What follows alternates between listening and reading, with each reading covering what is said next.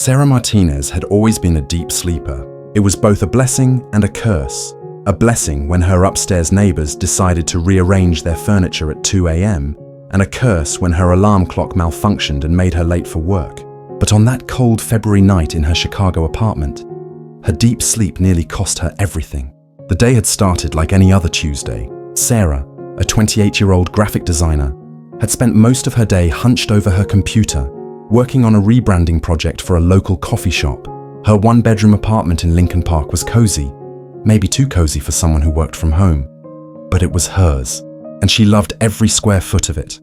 Her rescue cat, Whiskers, a 3-year-old orange tabby with distinctive white paws, had been her constant companion for the past 2 years. She'd found him at the shelter, skinny and scared, with fur so matted they'd had to shave half of it off. The shelter volunteers told her he'd been found in an abandoned building, probably surviving on his own for weeks. "He's got trust issues," the volunteer had warned her.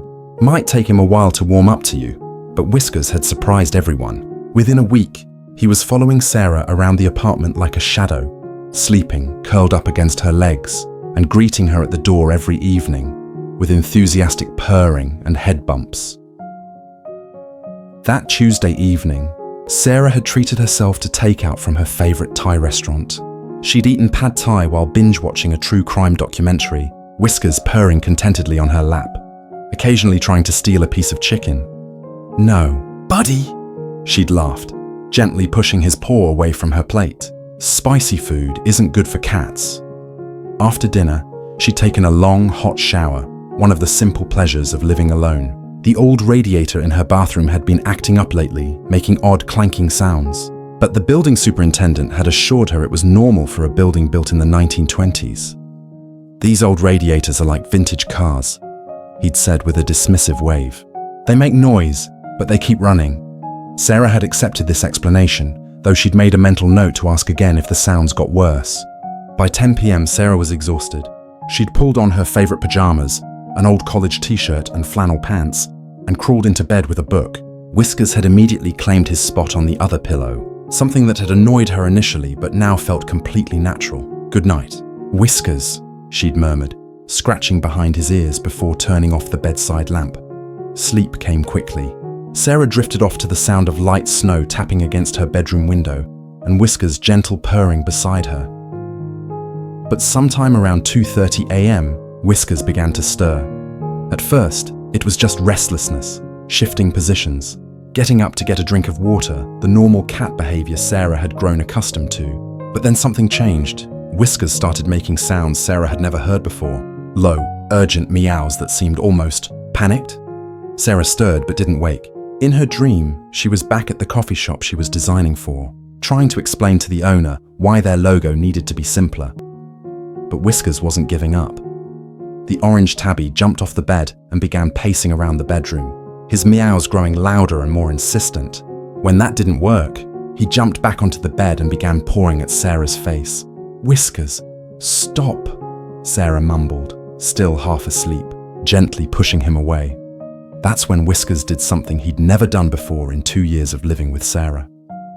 He started scratching at the bedroom door. The sound of claws against wood was sharp and rhythmic. Scratch, scratch, scratch. Then a pause. Then scratch, scratch, scratch again. In her sleep-addled state, Sarah assumed Whiskers needed to use his litter box or wanted access to his food bowl. But when she didn't get up, his behavior escalated. The scratching became more frantic. Whiskers was throwing his entire body weight behind it, his claws digging deep grooves into the wooden door.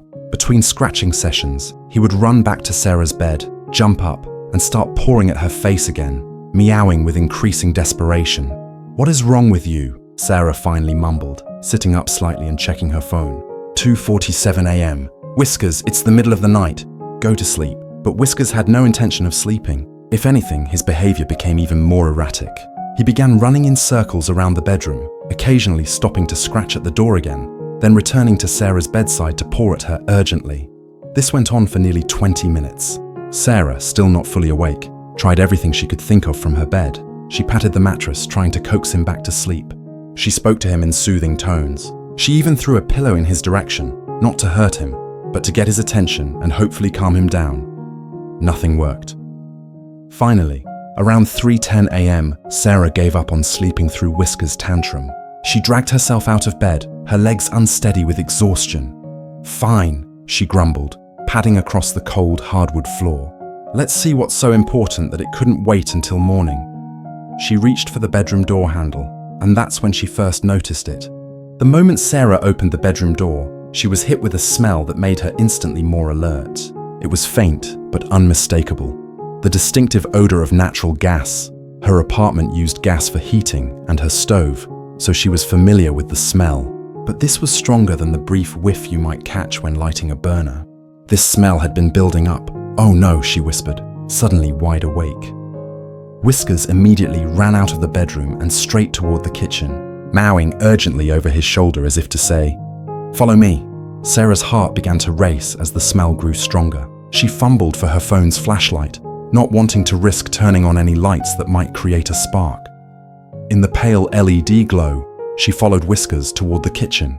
The smell was definitely coming from that direction, growing more potent with each step. Her mind raced through everything she knew about gas leaks. Don't turn on lights. Don't use electrical switches. Open windows. Get out of the building. Call the gas company. But first, she needed to figure out where the leak was coming from. In the kitchen, the smell was overwhelming. Sarah covered her nose with her t-shirt and used her phone's light to examine the area around her stove. Everything looked normal. The burners were off. The oven was closed. Whiskers had positioned himself near the corner where the gas line connected to her stove, still meowing urgently. Sarah knelt down and carefully sniffed near the connection point. The smell was definitely strongest there. "Good boy," she whispered to Whiskers, her voice shaky with adrenaline. "You found it." But knowing where the leak was didn't solve the problem. Sarah realized she was in serious danger. Natural gas was odorless naturally. The distinctive smell was added specifically so people could detect leaks like this. But if the leak had been going on for hours while she slept, she remembered reading somewhere that natural gas could build up to explosive levels in enclosed spaces. One small spark from a light switch, a cigarette lighter, even static electricity could cause an explosion. Her hands trembling, Sarah carefully opened the kitchen window, praying the old latch wouldn't create any sparks. The cold February air rushed in, and she immediately felt a small sense of relief as the gas smell began to dilute slightly. But she knew she needed to do more. Sarah's training as a graphic designer hadn't exactly prepared her for gas leak emergencies, but her common sense kicked in. She needed to get out of the apartment, get her neighbors to safety, and call for help. She went back to her bedroom to grab clothes and shoes, Whiskers following closely behind her. As she pulled on jeans and a sweater, she kept thinking about how different this night could have gone. If Whiskers hadn't woken her up, if she'd continued sleeping while gas filled the apartment, if something had triggered a spark. "You saved my life," she whispered to Whiskers as she scooped him up and put him in his carrier. "I don't know how you knew, but you saved my life." Whiskers, perhaps sensing the gravity of the situation, didn't protest being put in the carrier. He sat quietly, his green eyes alert and focused. Sarah grabbed her keys, her phone, and her purse, then carefully opened her apartment door. The hallway smelled normal, which was a relief. It meant the gas hadn't spread beyond her unit yet. But "yet" was the operative word. She knew she needed to act fast. Sarah lived in a 4-story building with 12 units.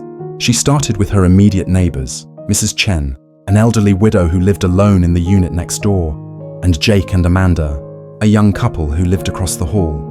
She knocked on Mrs. Chen's door first, trying to be loud enough to wake her but not so loud as to cause panic in the building. "Mrs. Chen? It's Sarah from next door. I need to talk to you right away." It took several minutes of knocking before she heard movement inside. Mrs. Chen opened the door wearing a bathrobe, looking confused and concerned. "Sarah, what's wrong, dear?" "It's the middle of the night. There's a gas leak in my apartment," Sarah explained quickly. "I need you to get dressed and come outside with me while I call the fire department. It might not be safe to stay in the building." Mrs. Chen's eyes widened with understanding. "Oh my goodness. Yes, of course. Give me just a moment." Jake and Amanda were harder to wake up, but eventually Jake came to the door, looking groggy and annoyed until Sarah explained the situation. "Seriously? A gas leak?" Jake ran his hand through his messy hair. "Okay, yeah, we'll come down. Should we wake up the other floors?" "I think so," Sarah said. "Better safe than sorry, right?" The three of them, Sarah carrying Whiskers in his carrier, Mrs. Chen bundled in a heavy coat, and Jake throwing on whatever clothes he could find, went floor by floor, knocking on doors and explaining the situation. Most residents took the news seriously and agreed to come outside. A few were skeptical, but when they caught a whiff of the gas smell that had now begun to seep into the hallway, they quickly changed their tune. By 3:45 a.m., most of the building's residents were gathered on the sidewalk across the street, wrapped in coats and blankets, looking like refugees from their own homes. Sarah had called 911, and she could hear sirens approaching in the distance. "This is like a movie," said Amanda, Jake's girlfriend, trying to lighten the mood. "Except it's way too cold, and I really need coffee." The fire department arrived first, 2 large trucks with flashing lights that illuminated the entire block. The firefighters took Sarah's report seriously, immediately clearing the building and setting up a perimeter. "Good thing you woke up when you did," one of the firefighters told Sarah as he filled out his report. "Gas leaks in old buildings can be really dangerous, especially overnight when there's no ventilation." The gas company arrived next, and Sarah watched as technicians in bright yellow vests entered the building with detection equipment. Within an hour, they'd identified the source of the leak, a corroded connection in Sarah's kitchen that had finally given way, allowing gas to seep into her apartment. "It's actually been a slow leak for a while," the lead technician explained to Sarah. "The cold weather probably made the metal contract just enough to open up a gap. You're lucky your cat woke you up." In another few hours, the concentration could have reached dangerous levels. As the sun began to rise over Chicago, painting the sky in soft shades of pink and orange, Sarah sat on the hood of her car with Whiskers' carrier beside her. The gas company had shut off service to her unit and would need to replace the faulty connection, but everyone was safe. Mrs. Chen approached her, carrying 2 cups of coffee she'd somehow procured from a nearby 24-hour diner. "How did he know?" she asked, nodding toward Whiskers, who was now calmly grooming himself inside his carrier, as if nothing unusual had happened. "I have no idea," Sarah admitted. "I've read that animals have better senses than humans, but I never thought. I mean, he literally saved my life, maybe all of our lives." Jake and Amanda joined them, along with several other neighbors. Word had spread about Whiskers' role in the night's events, and everyone wanted to see the heroic cat. "We should get him a medal," joked Mr. Rodriguez from the 3rd floor. "I'm getting him the biggest bag of treats I can find." Sarah laughed, though her voice was still shaky from the adrenaline and exhaustion. Later that morning, after Sarah had been cleared to collect some essentials from her apartment, while wearing a gas mask provided by the fire department, she did some research on her phone while waiting in a coffee shop. She learned that cats have a sense of smell that's approximately 14 times stronger than humans. They also have a special organ called the vomeronasal, organ that can detect chemical changes in the air that humans can't perceive. Natural gas leaks often produce subtle changes in air pressure and chemical composition before they become dangerous to humans, she read from a veterinary website. Some cats have been known to detect these changes hours before their owners notice anything unusual. But the article also noted that not all cats would react the way Whiskers had. His persistent scratching at the door, his refusal to give up when Sarah tried to ignore him, his almost frantic behavior, that level of determination to communicate danger wasn't typical cat behavior. "You're special, aren't you?" Sarah murmured to Whiskers, who was now sleeping peacefully in his carrier after the morning's excitement. Over the next few days, as Sarah stayed with her sister while the gas line was repaired, more details about the leak came to light. The building inspector who examined the property found that the gas line connections in several units were original to the building, nearly 100 years old. "It's actually a miracle. This is the first major leak we've had," he told the building's landlord. "These connections should have been replaced decades ago." The landlord, faced with potential liability issues and the threat of city violations, agreed to upgrade the gas lines throughout the entire building. "Your cat didn't just save you," Sarah's sister Maya pointed out as they watched the news coverage of the incident on the local morning show. "He probably saved the whole building from having this happen again." The story had caught the attention of local media. Hero Cat Saves building from gas leak ran on 3 different Chicago news stations, and Whiskers' photo appeared in the Tribune's Metro section. Sarah returned to her apartment 5 days later, after the new gas lines had been installed and tested. Everything smelled like fresh paint and new construction, but it felt safe. Whiskers immediately began exploring, sniffing every corner of the kitchen with intense concentration. When he seemed satisfied that everything was normal, he jumped onto Sarah's lap and began purring. "Thank you," she whispered into his fur. "I know you can't understand me, but thank you for saving my life." The incident had changed Sarah in ways she was still processing. She'd always been independent, sometimes to a fault, but the experience had made her realize how interconnected her life was with others. Her neighbors, her community, even her cat. She installed gas detectors in her apartment, even though the building now had new, safe gas lines. She also made an effort to get to know her neighbors better, organizing a building barbecue that summer and starting a group text for building-related issues. If Sarah had thought her bond with Whiskers was strong before, it was unbreakable now. She found herself paying attention to his behavior in ways she never had before, watching for signs that he might be trying to communicate something important. "I always knew pets were intuitive," she told her friend Jennifer over lunch a few weeks later, "but I never realized they could literally save your life." "Have you thought about getting him certified as some kind of service animal?" Jennifer asked. "I mean, if he can detect gas leaks." Sarah had actually looked into it, but learned that there wasn't really a certification process for gas leak detection cats. Still, she'd started volunteering with the local animal shelter, sharing Whiskers' story with potential pet adopters. "People sometimes think cats are aloof or don't care about their owners," she would tell them. "But cats form incredibly strong bonds with their families. They're always watching, always aware of what's happening in their environment." The story of Whiskers' heroism continued to gain traction. Sarah received calls from pet food companies wanting to sponsor Whiskers, from TV shows wanting to feature him, and from researchers studying animal behavior. A professor from the University of Illinois contacted her about a study on cats' ability to detect environmental hazards. "What your cat did isn't unheard of," Dr. Patricia Williams explained during their phone call, "but it's rare enough that we'd love to include his story in our research." Sarah agreed to participate, but she turned down most of the commercial opportunities.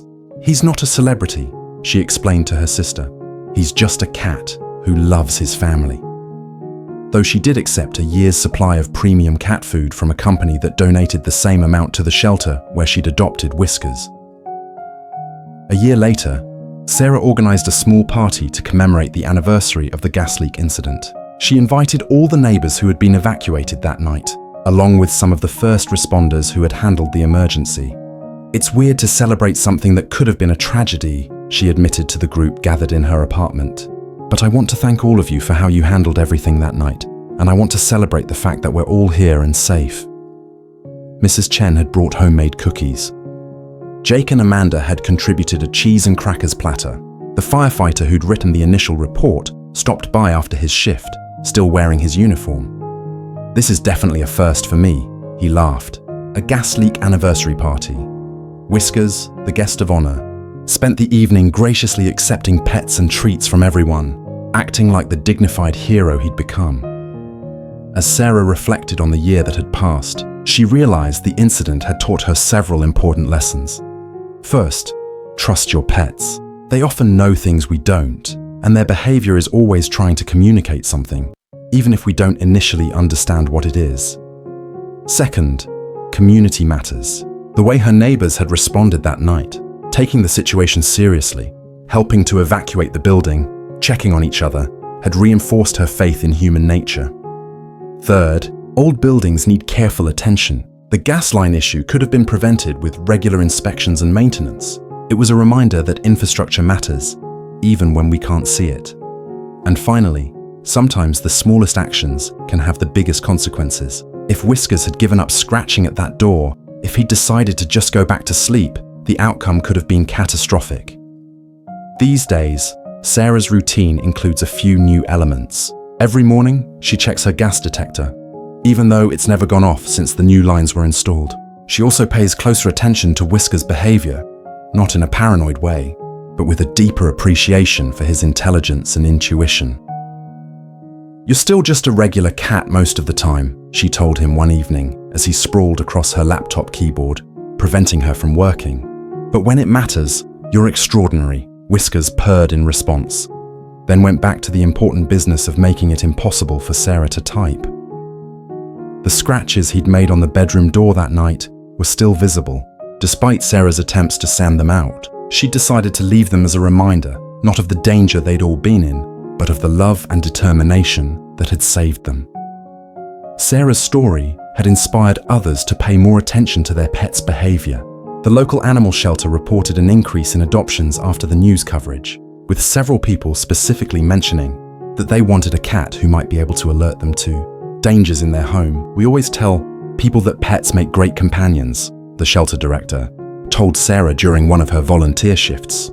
"But your story showed people that they can also be protectors and partners in keeping us safe." Sarah had also become something of an unofficial spokesperson for building safety. She'd spoken at a city council meeting about the importance of regular inspections of old buildings, and her testimony had contributed to new regulations, requiring gas line inspections every 5 years instead of every 10.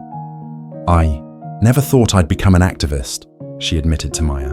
"But when you've lived through something like this, you feel responsible for making sure it doesn't happen to other people." 2 years after that cold February night, Sarah and Whiskers have settled into their new normal. The apartment is safe, the neighbors have become friends, and Whiskers continues to be both an ordinary house cat and an extraordinary companion. Sarah still works from home, still orders too much Thai food, and still lets Whiskers sleep on her pillow even though he takes up more space than he should. But she also has smoke detectors, gas detectors, and a much deeper appreciation for the intelligence and loyalty of her feline roommate. "People always ask me if I think Whiskers knew he was saving my life," Sarah says now when she tells the story. "I don't know if cats think about things that way, but I know he knew something was wrong and he wouldn't give up until I paid attention. That's love, whether he understood the stakes or not." The scratches on the bedroom door have faded slightly, but they're still visible if you know where to look. Sarah has decided they'll stay that way. A permanent reminder that sometimes the most important warnings come from the most unexpected sources. And Whiskers. He continues to be exactly what he's always been.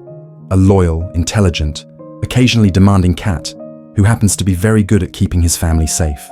He sleeps in the same spot on Sarah's pillow every night, purrs when she scratches behind his ears, and remains vigilant in ways that Sarah is only beginning to understand. After all, you never know when someone might need saving again.